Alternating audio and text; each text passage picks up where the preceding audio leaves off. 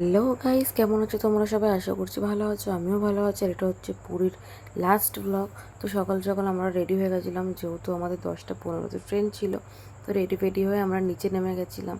আর সেদিনকে না মামনের শরীরটা প্রচণ্ড খারাপ হয়ে গেছিলো হট করেই। তো দেখো আমাদের লাগেজগুলো, কত লাগেজ হয়েছিল শুধু। তো আমি ফাইনালি সমুদ্রের পাড়ে চলে এসেছিলাম। সায়নকে বারবার ডাকার পরেও সায়ন আসেনি, ওই জন্য একাই চলে এসেছি। তো এই যে সমুদ্রটা দেখে নিলাম আমি এইবারের মতো লাস্ট। তো দেখো সেদিনকে অনেক ভিড়ও ছিল।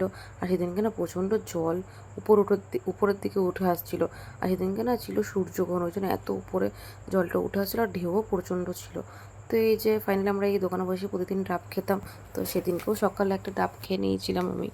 তো এই যে তারপরে হোটেলে যাওয়ার সময় এই ব্রেসলেটটা পছন্দ হয়েছিলো, তাই কিনে নিয়েছিলাম। তো এই যে ফাইনালি আমরা অটো ধরে নিয়েছিলাম স্টেশনে যাওয়ার জন্য। এই যে ফাইনালি আমরা ট্রেনেও উঠে গেছি। আর আমাদের না কিছুটা সিট এদিকে ছিল, আবার কিছুটা সিট ওই দেখো ওইদিকে দিদিভাই দাঁড়িয়ে আছে। তো ফাইনালি ট্রেনটাও আমাদের ছেড়ে নিল।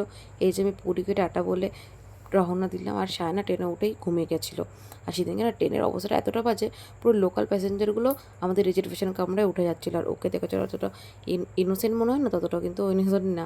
আর এদিকে দেখো হনুমানের চালিসা বলছে, এরকম দুষ্টদের মতো নাচ করেই যাচ্ছিলো। এই যে দেখো কেমন ভিড় ছিল, অস্বস্তি লাগছিল পুরো।